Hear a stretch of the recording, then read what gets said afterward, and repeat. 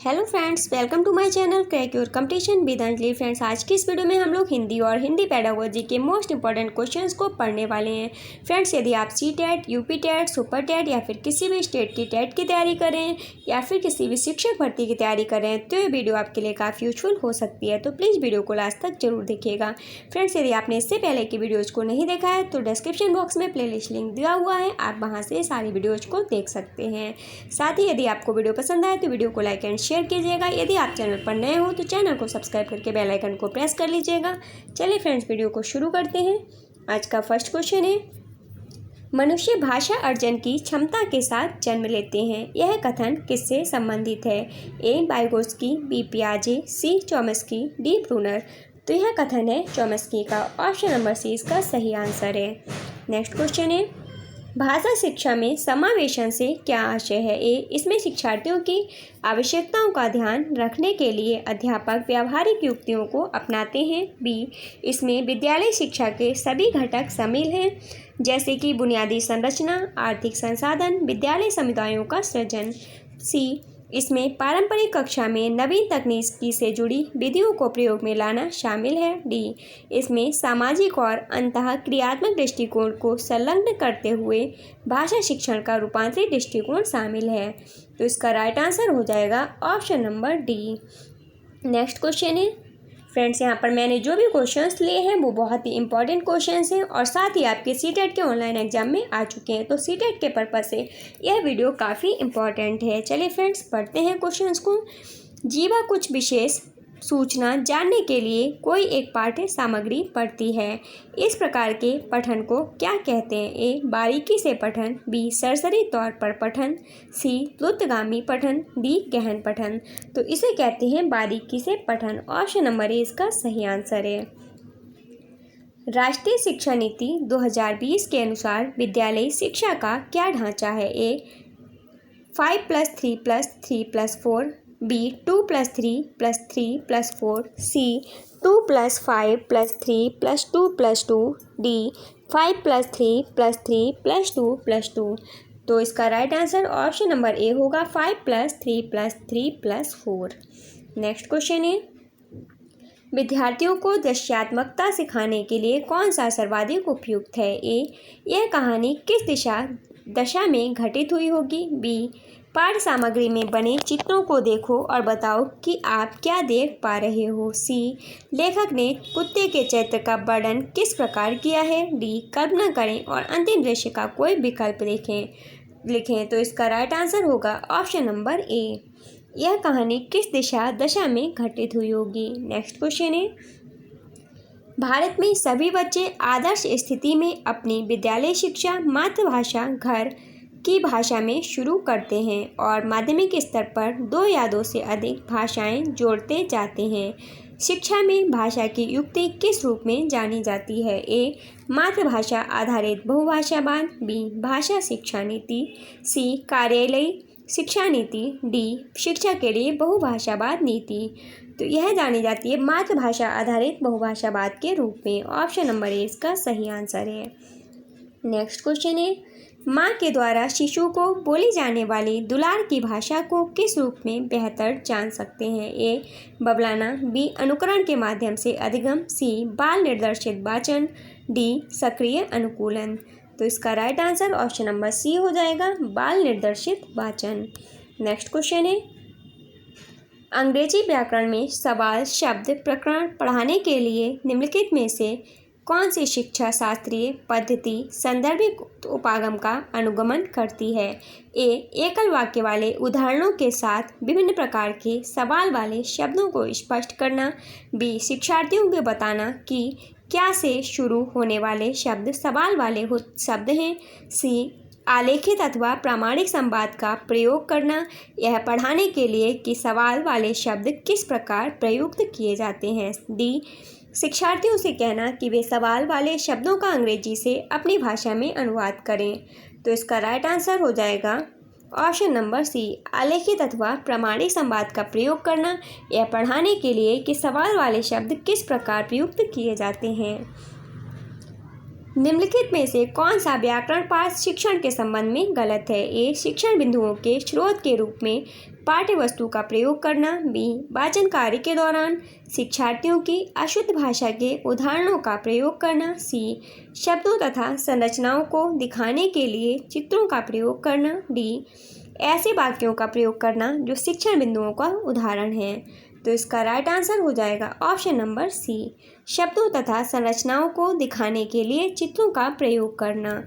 Next question है, पाठ्यक्रम के दौरान शिक्षार्थी की कठिनाइयों, उनके ज्ञान में रिक्तता तथा कौशल में कमियों को ज्ञात करने के लिए एक परीक्षण विकसित किया गया है, उसे कहते हैं। ए, उपलब्धि परीक्षण। बी, प्रवीणता परीक्षण। सी, श्रेणी परीक्षण। डी, निदानात्मक परीक्षण। तो इसका right answer option number D हो जाएगा, निदानात्मक परीक्षण। नेक्स्ट क्वेश्चन है, कहानी पढ़ते समय एक शिक्षक के रूप में आप किस बिंदु पर सर्वाधिक ध्यान देंगे? ए, तेज गति पर। बी, भावानुसार पठन पर। सी, बच्चों के पठन पर। डी, कक्षा के अनुशासन पर। तो इसका राइट आंसर हो जाएगा ऑप्शन नंबर बी, भावानुसार पठन पर। नेक्स्ट क्वेश्चन है, यदि आप शब्दों के सिर्फ समानार्थी और विपरीतार्थी जानना चाहते हैं तो आपको किसकी आवश्यकता होगी? ए, शब्दकोश। बी, संकलन। सी, शब्द समूहों की सूची कोश। डी, उच्चारण निर्देशिका। तो इसका राइट आंसर हो जाएगा ऑप्शन नंबर सी, शब्द समूहों का सूची कोश।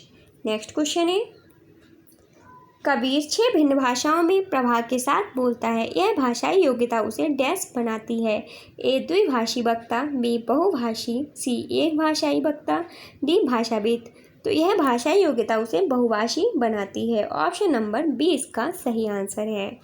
नेक्स्ट क्वेश्चन है, उपचारात्मक अध्यापन क्या है? ए, सूक्ष्म शिक्षण के बाद दिया जाता है। बी, परीक्षा में अधिक अंक लाने के बाद दिया जाता है। सी, प्रतियोगी परीक्षाओं के बाद दिया जाता है। डी, निदानात्मक परीक्षण के बाद दिया जाता है। तो यह फ्रेंड्स निदानात्मक परीक्षण के बाद दिया जाता है। ऑप्शन नंबर डी इसका सही आंसर है। नेक्स्ट है, कक्षा 1 का कबीर शांति शब्द सुनकर फांति, डांटी, मानती जैसे निरर्थक शब्द बोलकर मजे लेता है। यह प्रदर्शित करता है कि ए, उसने गलत संकल्पना विकसित कर ली है। बी, वह ध्वन्यात्मक जागरूकता विकसित कर रहा है। सी, उसे इस तथ्य को भूलने तथा दोबारा से सही याद करने की आवश्यकता है। डी, उसे स्वयं को सुधारने के लिए और अधिक अभ्यास की आवश्यकता है। तो इसका right answer option number B हो जाएगा, वह ध्वन्यात्मक जागरूकता विकसित कर रहा है। नेक्स्ट क्वेश्चन है, शिक्षक अपने विद्यार्थियों को किसी एक अनुच्छेद का संपूर्ण अर्थ ग्रहण करने के लिए एक रिकॉर्डिंग सुनने के लिए कहता है, इसे क्या कहते हैं? ए, अवबोधन कार्य। बी, मुख्य अंश सुनने के लिए श्रवण कार्य। बी, भावार्थ जानने हेतु श्रवण कार्य। डी, सरसरी तौर से श्रवण कार्य। तो इसे कहते हैं भावार्थ जानने हेतु श्रवण कार्य। ऑप्शन नंबर डी सी इसका सही आंसर है।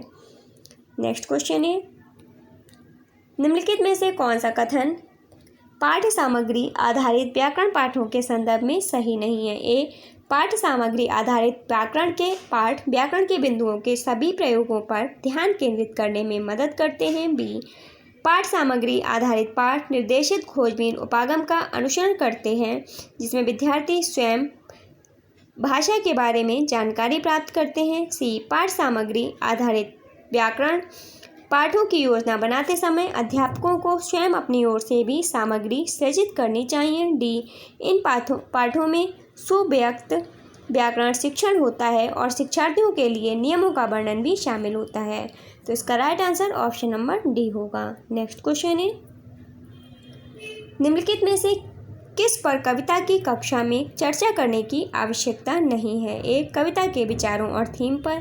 बी, तुकबंदी पर। सी, काव्य साधनों पर। डी, व्याकरण पर।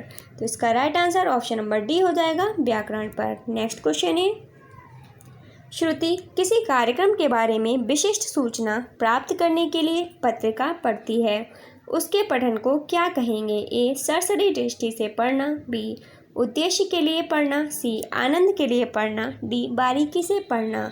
तो इसे कहेंगे बारीकी से पढ़ना। ऑप्शन नंबर डी इसका सही आंसर है। नेक्स्ट क्वेश्चन है, संप्रेषणीय भाषा शिक्षण में प्रमुख रूप से ध्यान दिया जाता है। ए शिक्षार्थियों को सहज वक्ता के रूप में बोलने के लिए प्रोत्साहित करने पर। बी लक्ष्य भाषा के रूप पर केंद्रित होने पर। सी शिक्षार्थियों को संप्रेषणीय दक्षता प्रदान करने पर। डी अभ्यास एवं प्रयोग द्वारा उच्चारण पर। तो इसका right answer option number C होगा, शिक्षार्थियों को संप्रेषणीय दक्षता प्रदान करने पर। नेक्स्ट क्वेश्चन है, व्याकरणिक इकाइयों को गतिविधियों के माध्यम से स्पष्ट तथा रोचक तरीके से प्रस्तुत किया जाना चाहिए। इससे ए शिक्षार्थियों को तभी के तभी करने तथा नियमों को समझने में सहायता मिलती है। बी शिक्षार्थियों को नियम कंठस्थ करने में सहायता मिलती है। सी शिक्षार्थी को इसे करने या न करने की आज़ादी महसूस करने में मदद मिलती है। डी शिक्षार्थियों को अपने कार्य की मॉनिटरिंग करने में सहायता मिलती है।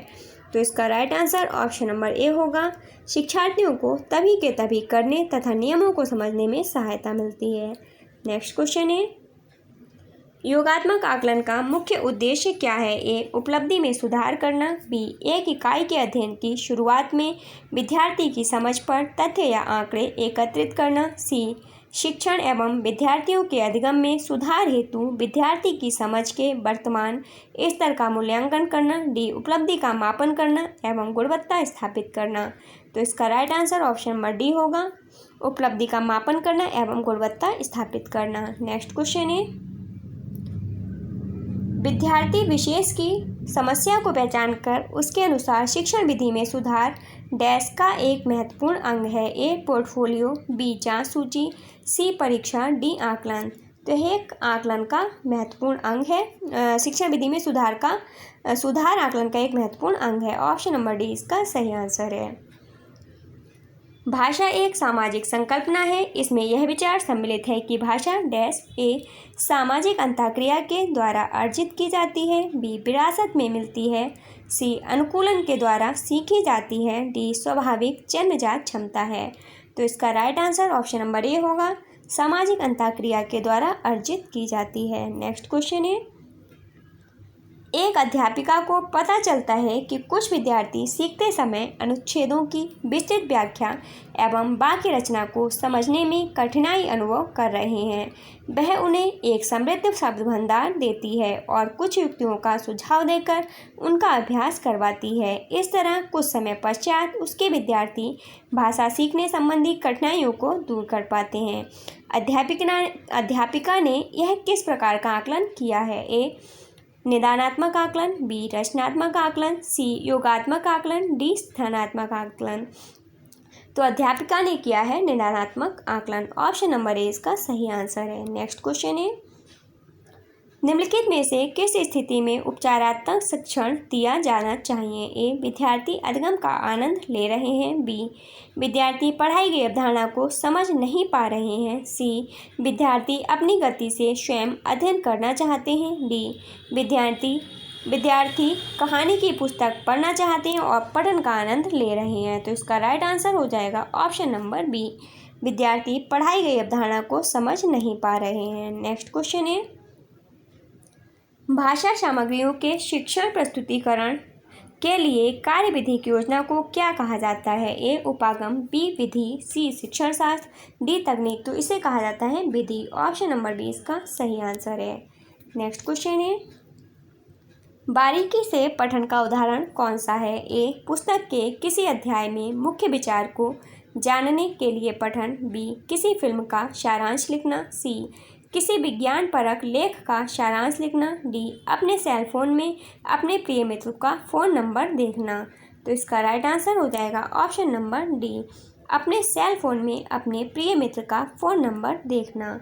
नेक्स्ट क्वेश्चन है, किसी एक बच्चे की भाषा दक्षता कैसे विकसित की जा सकती है। ए नियमित रूप से श्रुत लेख देकर, बी कार्य आधारित गतिविधियों में संलग्न करके, सी शब्द संपदा का संवर्धन करके, डी व्याकरण के नियम कंठस्थ करवाकर। तो इसका राइट आंसर हो जाएगा ऑप्शन नंबर बी, कार्य आधारित गतिविधियों में संलग्न करके। नेक्स्ट क्वेश्चन है, कक्षा में दिए गए कार्य के रूप में कक्षा 3 का गीत कुछ व्याकरणिक त्रुटियों के साथ वाक्य लिखता है। निम्नलिखित में से कौन सी प्रक्रिया शिक्षक के द्वारा प्रयोग की जा सकती है? ए, गलतियों पर लाल पेन से घेरा बनाकर उसके ऊपर सही रूप लिखना। बी, गलतियों पर घेरा बनाकर बच्चों को उसे सही करने के लिए कहना। सी, गलतियों को रेखांकित करना, गलती की प्रकृति लिखकर शिक्षार्थियों को उन्हें सुधारने के लिए कहना। डी, बच्चे को प्रत्येक गलती 5 बार सही तरीके से लिखने के लिए कहना। तो इसका right answer option number C होगा, गलतियों को रेखांकित करना, गलती की प्रकृति लिखकर शिक्षार्थियों को उन्हें सुधारने के लिए कहना। फ्रेंड्स, आज की वीडियो में बस इतना ही। आपको वीडियो कैसी लगी प्लीज़ कमेंट बॉक्स में ज़रूर बताइएगा। यदि वीडियो पसंद आई हो तो वीडियो को लाइक एंड शेयर कीजिए। यदि आप चैनल पर नए हो तो चैनल को सब्सक्राइब करके बेल आइकन को प्रेस कर लीजिएगा, ताकि मैं जब भी कोई भी वीडियो अपलोड करूँ तो उसका नोटिफिकेशन आपको मिल सके। फ्रेंड्स, मिलते हैं नेक्स्ट वीडियो में, तब तक के लिए बाय बाय, टेक केयर।